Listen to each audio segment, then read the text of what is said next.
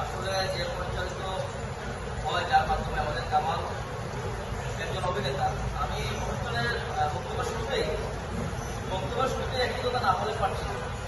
আজকে আমাদের এখানে বুঝতে হচ্ছে আজকের অনুষ্ঠানের পরবর্তী NTV studio camera person NTV studio যিনি আছেন স্টুডিও ইন্ডিয়ার মেমোরি বাজিত সাধারণ সম্পাদক আনিস রহমান। আমরা কামালের প্রসঙ্গে বলতে গিয়ে আনিস রহমান ভাই বলতে হলো এনটিভিতে একটি অনুষ্ঠান আছে একদম যোগ্যতা। সেই অনুষ্ঠানে আমরা কথা দিয়েছিলাম কামালকে তার বিনোদনের যে ইয়েটা নাটকটা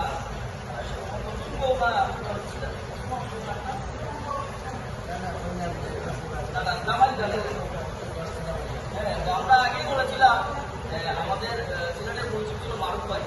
আগে এমনিকে বলেছিল যে একটা অনুষ্ঠান বানাবো, কামাল একজন আছে সিলেটের, তাকে একটু হাইলাইট করেছিল। তো কামালের যে নায়িকা ছিল সাথে, সে কোনোভাবে ঢাকার নায়িকা কোনোভাবে দামাল গানের সিলেটি যে পজিশনটা এনে দিতে পারতেছে। সেখানে আমরা তো সুপার জামাইকে এনে আমাদের এটা যুক্ত করে সেই দিন আমরা এনটিভিতে প্রচার করেছিলাম। এটি হয়েছিল এনটিভি আনিসমাইয়ের কারণে এবং তৎকালীন আমাদের এখন কানাডায় অবস্থিত আমাদের প্রিয় ভাই মারুফ ভাইয়ের কারণে। আমরা আনিস ভাই এবং মারুফ ভাইয়ের জন্য একটা হাততালি। সে কারণে কামালের কিন্তু পরিস্থিতি অনেক দূরে এগিয়ে গিয়েছিল। প্রতিষ্ঠান যেহেতু বড় প্রতিষ্ঠানে কারো বিষয়ে উঠে আসে তখন সে আসলেই বড় হয়ে যায়। তারপর থেকে কামালকে আমরা নিজেরাও পাচ্ছি না, অনেক ব্যর্থতা কামালের বেড়ে গেছে।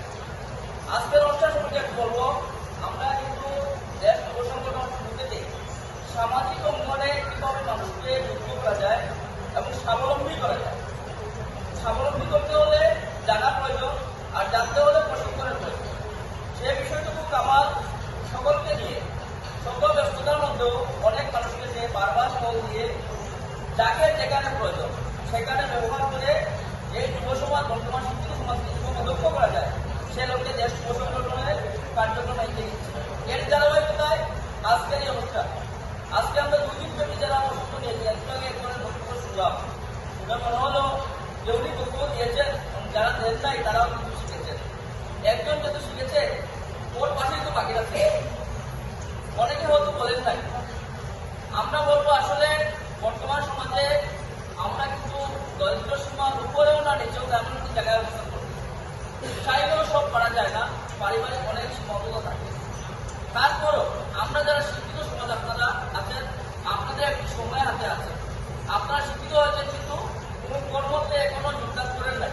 সেই সময়ের ফাঁকে আপনারা কিন্তু ভালো মেসেজ বর্তমান সমাজকে দিতে পারবেন, আপনার এলাকাকে দেখতে পারবেন, আপনার গ্রামকে দেখতে পারবেন।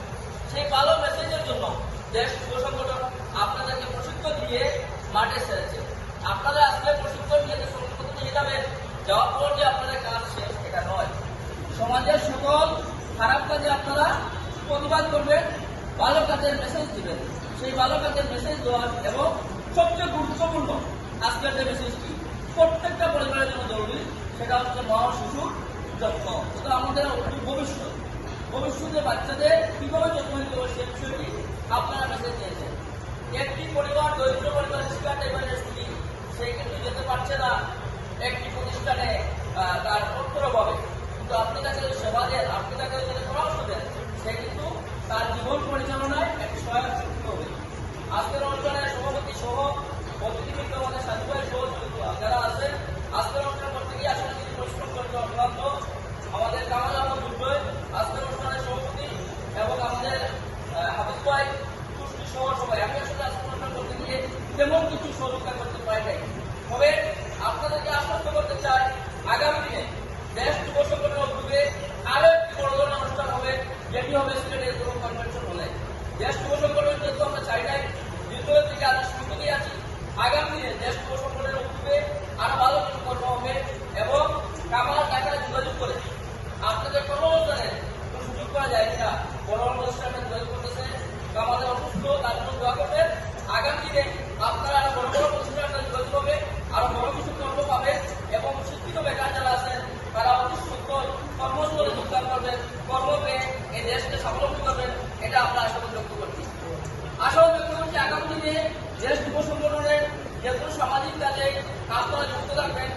আপনারা যারা প্রশিক্ষণ নিয়েছেন, আমরা আশা করবো আপনারা সবাই আজকে থেকে দেশ যুব সংগঠনের একজন সক্রিয় সদস্য এবং অংশীদারিত্ব আমরা মনে করি।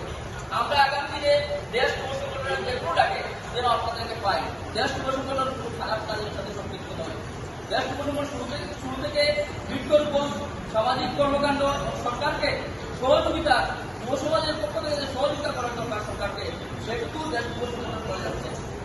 এই যুব সমাজকে এগিয়ে নিতে হলে আপনাদের মতো শিক্ষিত যারা আছেন তারা যদি এলাকায় পাড়া মহল্লায় মেসেজ না দেন, তাহলে এই সমাজ থেকে মাদক মুক্ত হবে না, সমাজে শান্তি প্রতিষ্ঠা হবে না, সমাজে অনাচার হবে না, সমাজ থেকে টিপটিচিং বন্ধ হবে না। আপনাদের মাধ্যমে সমাজকে সুন্দর করতে হবে। রাস্তায় যখন দেখবেন দুটি ছেলে একটি ডিস্টার্ব করছে, সেখানে আপনি দেয়াল হয়ে দাঁড়াতে হবে, কারণ সে আপনার ভুল আপনি মনে করতে হবে। আমরা সমাজে এই বিষয়টা এর জন্যই বেড়েছে, আমরা অন্য মেয়েকে ডিস্টার্ব করতেছি, আমরা কোনো কথা বলি না। আমাদের মেয়েকে যখন ডিস্টার্ব করে তখন কথা বলি। এই বিষয়টুকু সমাজ থেকে দূর করতে হবে। একটা মেয়েকে ডিস্টার্ব করলে আপনার ভুল মনে করে প্রতিবাদ করতে হবে, কারণ আজকে একটা মেয়েকে ডিস্টার্ব করলে কালকে আপনার ভুলকে ডিস্টার্ব করবে, এটা আপনাকে ভুলে দিতে হবে। বক্তব্য দীর্ঘায়িত করবো না, আর আছে বক্তব্য লাগবে, অনেকেই আছেন এখানে, বক্তব্য দীর্ঘায়িত করবো না। বলবো আজকে যারা বিদায় নিয়ে যাবে আমাদের কাছ থেকে সনদপত্র নিয়ে, তারা যারা আগামী দিনে আমাদের ভালো কাজের পাশে থাকেন, সকালে মঙ্গল কামনা করছি, দীর্ঘায় কামনা করছি। আমার জীবনের সকল সুখ আপনাদের যা বিলিয়ে দিয়ে আপনাদের সকল জীবনের সকল দুঃখ আমার কাছে এনে আপনাদের সুস্বাস্থ্য দীর্ঘায় কামনা করছি। খুদা আপনাদের সবাইকে ধন্যবাদ। বাংলাদেশ জিন্দাবাদ, দেশ ক্রিকেটার এগিয়ে যাও, দেশ যুব সংগঠন জিন্দাবাদ।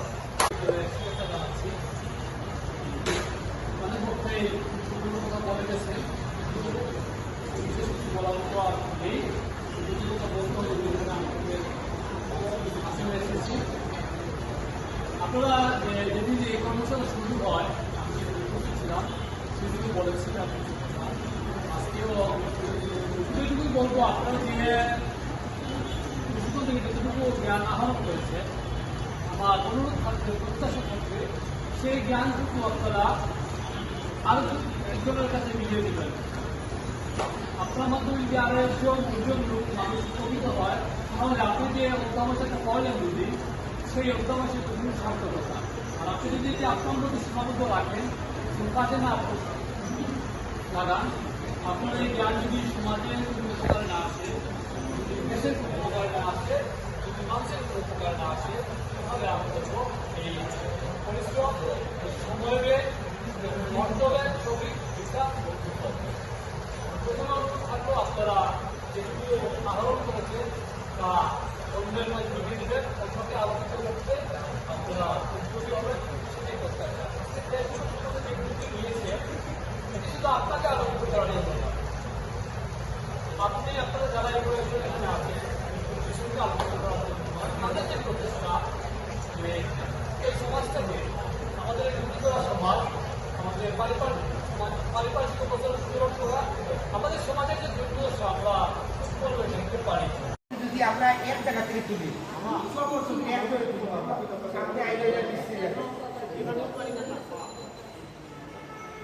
আমরা সবাই পৃথিবীতে নিজের জন্যই বেশি মানুষের কাজ করি। আপনাদেরকে প্রত্যেকটা কাজের পেছনে একটা রকম শান্তি থাকে, শান্তি থাকে কাজ করতে থাকে। যুব সমাজ এমনই একটা, এবং আপনারা সূত্র মাধ্যমে আজকে এই সনদপত্রগুলো আপনারা পাইবেন। সনদপত্র সবাইকে পান নাই। আমি যদি ওইটা সংগঠনের প্রতিষ্ঠা অধিকারী প্রতিষ্ঠা হিসাবে আছি, আমার একটা সনদপত্র দোকান আমার দেওয়া হইতে হবে। আপনারা পর্যন্ত বলে আমার বাড়ির গিয়া 200 সনদপত্র হয়, বাড়ির 2টা বাড়িটা, কারণ আমি এটা কাজ করছিলাম, আমি না পরিশ্রম দিচ্ছিলাম। অতএব দেশ যুব সংগঠনের একটা স্বচ্ছ, সাদা এবং পরিষ্কার একটা সংগঠন, যেখানে কোনো স্বজনপ্রীতি নাই। দেশ যুব সংগঠন কথাই নাই, কাজে বিশ্বাসী। এটা আমরা করলাম না, এখানে বিদ্যালয়রা আছেন তারাও স্বীকার করে নিবা। এটা সরকার থেকে গঠন করা হয়েছে দেশ যুব সংগঠন কার্যক্রম। এর লেগে আপনারা ধন্যবাদ দেশ যুব সংগঠন।